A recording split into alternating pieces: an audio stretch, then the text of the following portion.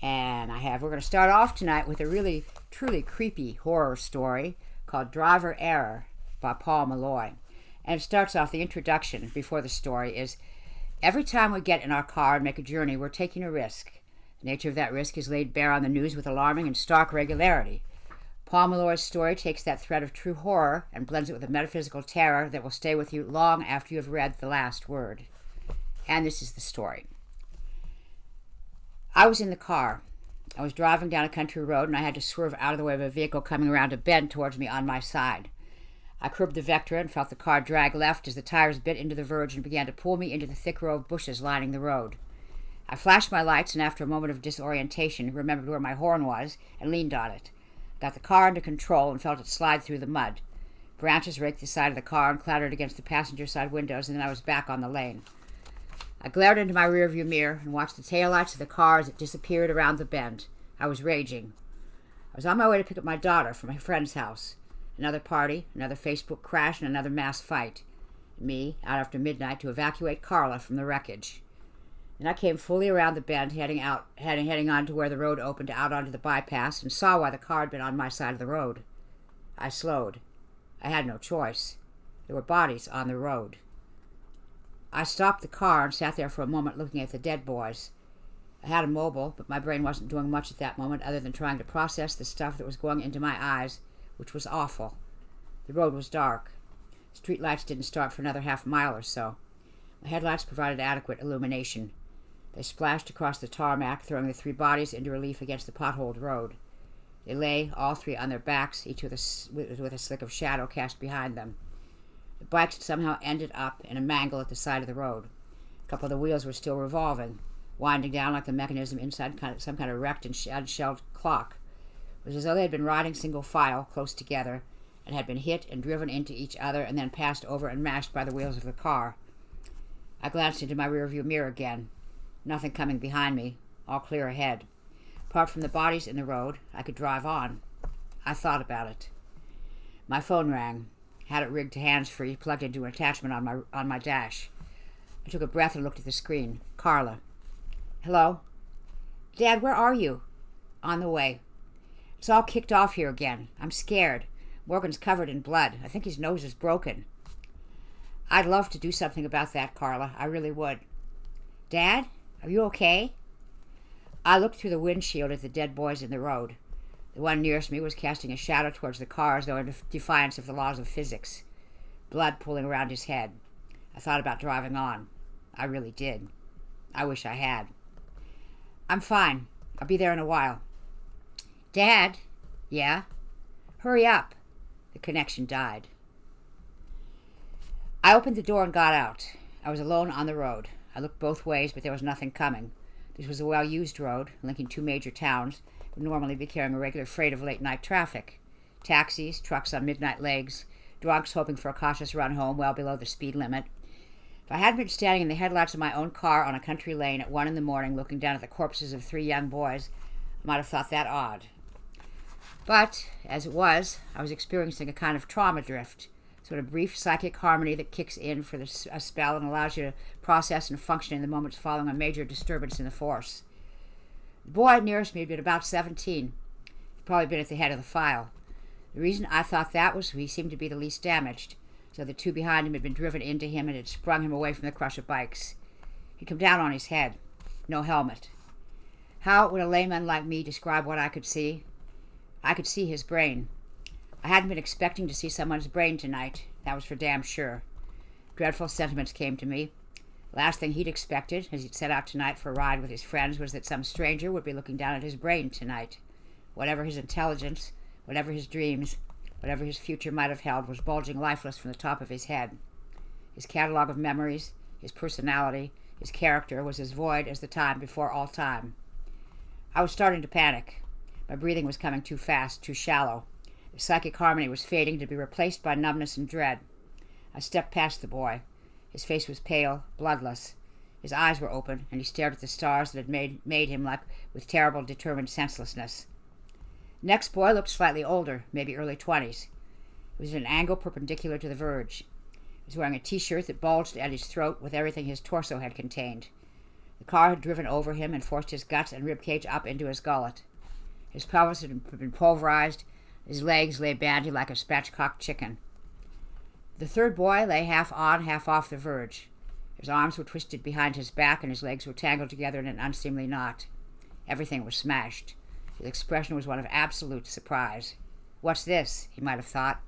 A brief insight as everything within was destroyed, and he was flung forward into oblivion. How quick it had been for him, for all of them.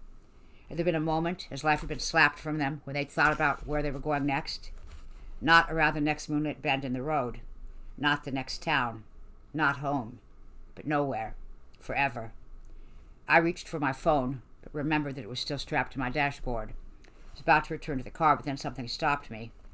Something I'd noticed. Not a conscious observation, but somewhere my back brain was still processing information freely and jolted a signal through the narrow adrenaline force I was applying to the immediate situation. It was something to do with the bikes. I looked at the tangled wreckage. They'd been forced together and driven over. Frames were distorted, wheels buckled, handlebars twisted. The wheels no longer turning. All 8 wheels were still. All 8 wheels. 4 bikes. Indecision gripped me like a sudden sickness. There must be a 4th body. No, maybe not a body. Maybe the rider of that 4th bike was still alive. I should go to the car and call an ambulance. My head was thudding. The adrenaline was gone, a lousy fix. My legs began to shake. I squatted down and hung my head, breathing as deeply as I could. The night smelt of the cold earth of the fields of the road that the road cut through, the bitter green scent of the wet trees and bushes that lined them. There were deep drainage cuttings behind the bushes. They were pitch dark, streams of sodden shadow filled with a sediment of leaves and sludge. I looked up as something moved beyond the tangled line of hawthorns beyond the edge. I stood up. The hairs on the back of my arms began to rise. Why did I feel afraid? The lane was deserted. I had 3 dead boys for company, all staring furiously up into the night. 3 separate getaways into eternity. They now know everything, I thought. Everything there is to truly know. If there's a God, they know. If there isn't, they know. It was no privilege, just a right bestowed by the passing bulk of a murderous vehicle. I walked around the wreckage of bikes that stepped up onto the verge. My shoes sank into the soft earth. As the half-moon, high in the clear sky above the fields, gave enough light to make the dark red earth of the plowed field shine like a broken Martian beach from which the sea was being receded. From out of the cutting crawled the 4th rider. I could see that there was nothing I could do for him. I stumbled backwards and my hip struck against the pile of bikes. The wreckage rocked in the headlights, its complicated shadow flexing beneath it like a hellish web. And worse, as the 4th rider made it to the top of the cutting and began to push through the dense, thorny stands of the hawthorn bush, a bell clipped to the handlebars of one of the bikes began to ring in horrid, elfin counterpoint to the boy's wretched progress through the barbs. The 4th rider was as dead as the rest of them. I turned, filled with a sudden and clear urge to run. I don't think I've ever experienced such an autonomic command with the same lucid imperative before. I've read about atavistic horror, often in bad novels, in an attempt to tell rather than show the repulsion a situation provokes. I never expected to feel the animal uplift of fear that gave me wings that night. Last thing I saw before I turned and ran from my car was the 4th rider pressing his shoulders through the lean and twisted limbs of the hawthorn bush, grabbing fistfuls of weed from the verge as he reached for the open road, as he reached for me, with a face that must have turned and taken the full impact of the collision against the grill of that vehicle, blazing with gruesome white-hot dismay. I ran and took 12 steps and stopped. My car was gone. Disorientation froze me. I staggered, skidded to a stop on the bend of the road. Then I became aware of headlights behind me and turned. And there was my car. In my terror, I had run off in the wrong direction. I glanced left towards the sloping verge, could hear the labored sound of that dead thing, dragging itself up out of the cutting. Clear thought was impossible. It was simply not something I could make sense of. The primal backup program of denial was already kicking in, that old Trojan put there in the reptile brain to provide us with the ability to shun cold truth. There was still no sign of any other vehicles.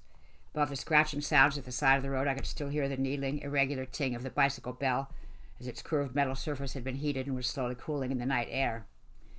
As the flattened face of the boy rose above the crest of the verge, the shattered bones of his cheeks and jaw and brow, and his teeth like tiny white stones subsumed beneath rising red waters, all wet and gleaming in the headlights of my car, I ran. I ran past the 3 dead boys on the road and their snarl of bikes and reached my car. I scrambled for the handle and pulled open the door. I got in, slammed the door, and drove off. By the time I pulled up outside the party, most of the crashers had melted away. They had done their damage, had trashed and robbed, drunk, beaten, and terrorized to maximum effect. The door to the house, a spacious detached pile set back at the end of a long curving drive somewhere in the wealthier part of town, stood open. Lights blazed in every room visible from the outside. I got out of the car and stood for a moment listening. It was quiet, which I had not been expecting.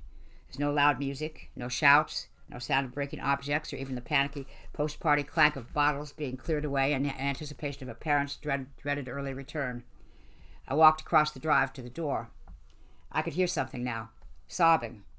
The entrance hall was bigger than my lounge. To the right, a stairway curved to the first floor. Doors stood open everywhere. I went inside and closed the marble floor. I walked into the kitchen. There was blood on the cream-colored tiles. It had come from Carla. My daughter was slumped against a huge American-style fridge-freezer. Loomed over her, more like the baleful entrance to a meat locker in an abattoir than the intended high-end designer convenience. I went over and knelt beside her. She was clutching her stomach, and white, very white, and unconscious. I remember feeling quite calm. It was detachment, I realized, brought on by overwhelming concern. I'd not been expecting this, of course. Now my system was telling me it wasn't really happening. This was probably just a dream. It wasn't an objectivity that prevented me from acting, though. I scooped her up and carried her from the kitchen toward the front door. As I reached the threshold, I heard the quiet, insistent sobbing again, turned my head, and looked into the lounge. There was destruction in there. The room had been completely turned over. Furniture smashed and upended, mirrors and paintings torn from the walls. The carpet was slashed and burned. A girl was sitting on the floor. She was holding a twisted silver photo frame.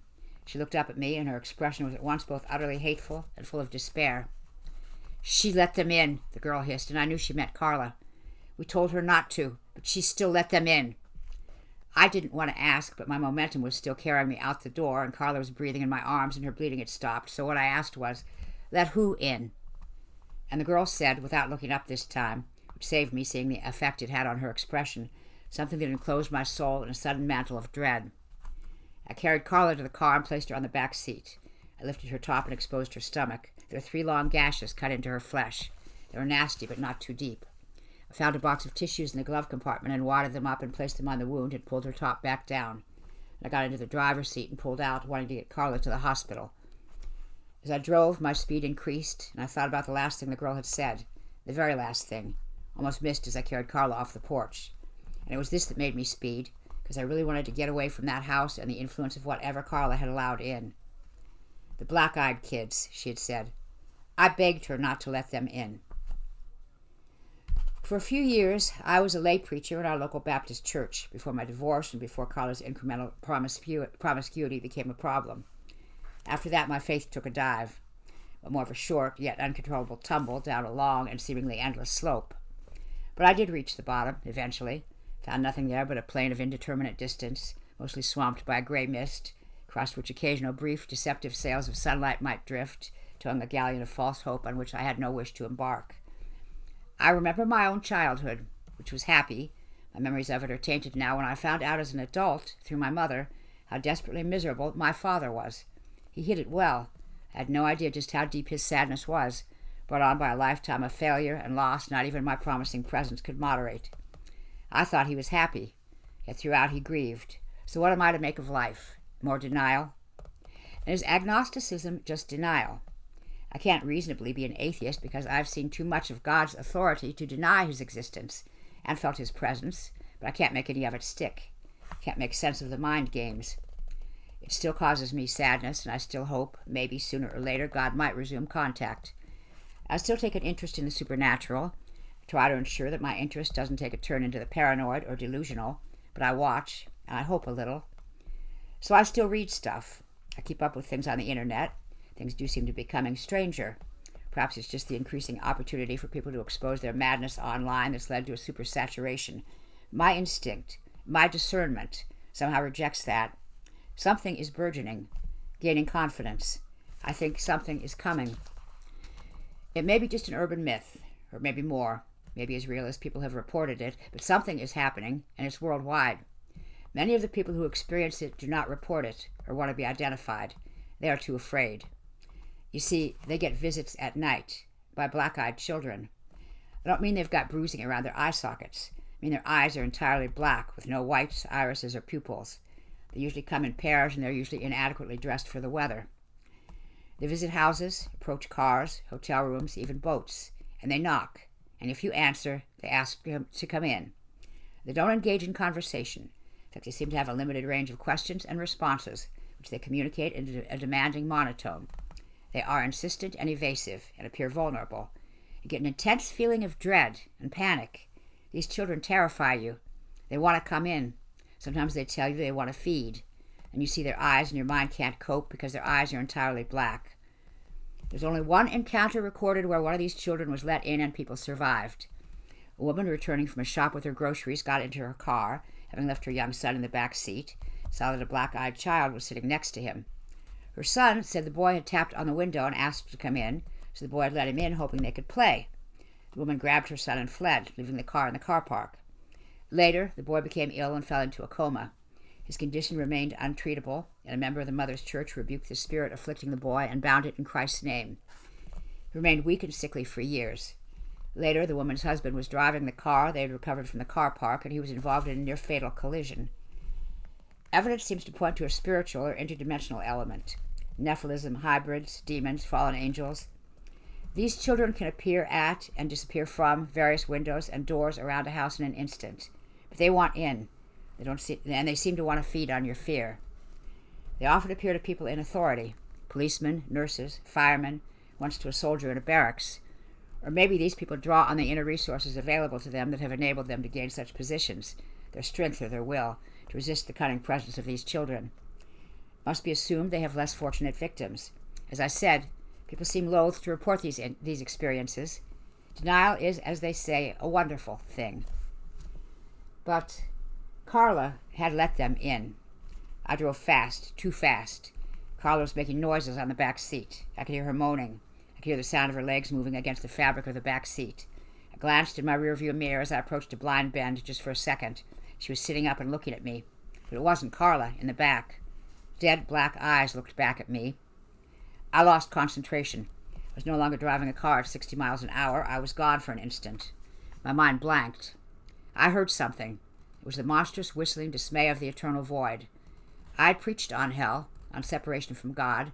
Now I could hear what the damned hear, and for a moment I saw into the eyes of something released for a time from that unendurable vault.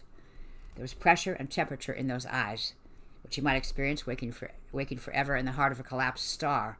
It was both cold and immeasurably hot, ever expanding and as massive as a neutron star. All physics was behind those eyes, all the grotesque complexities of imaginary numbers. And the car came around the bend, and I snapped back and saw them, but too late. A convoy of boys in single file, riding home on their bikes, suddenly thrown into film set relief in the headlights. And I hit them, and drove through them, driving one into the next, and feeling the wheels bounce and smear through them. The noise was awful, like driving through scaffolding. I swerved, but I'd already gone through them, past them. As my car drifted right into the oncoming lane, another vehicle had to veer onto the verge to avoid me. Headlights dazzled me, and then I was past. Moments later, in response to my recklessness, a horn blared from the darkness behind. I pulled the car over in a layaway 100 yards down the road. I swung around in my seat, my heart pounding, fists clenched. Whatever had been in the back seat was gone. Nothing. Apart from me, sweating, shaking, terrified, the car was empty.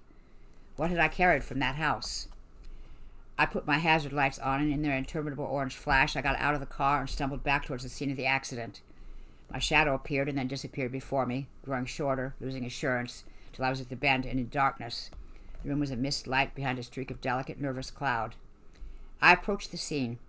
My hands felt like numb weights at the ends of my arms. I flexed them, but they just made it feel like more blood was flowing into my extremities, leaving my core cold and hollow.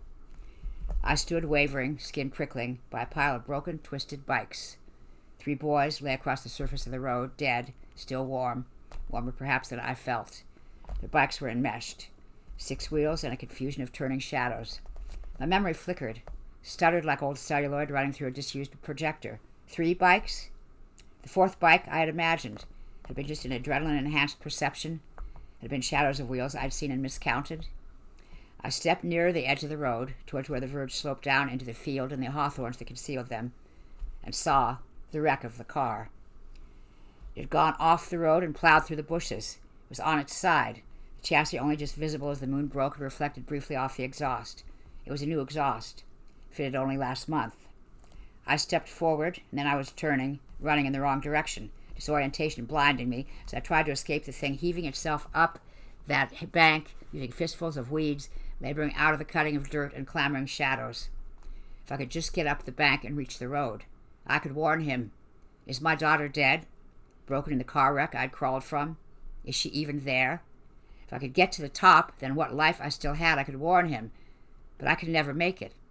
Footfalls behind me, slow, 2 pairs, now standing either side, my hands in the weeds, voices, monotonous, insistent, a cycle I could never break.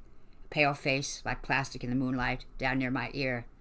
Last thing I hear before he speaks is the sound of my car driving away again at the top of the slope. And he speaks. He tells me this won't take long. But of course, it goes on forever.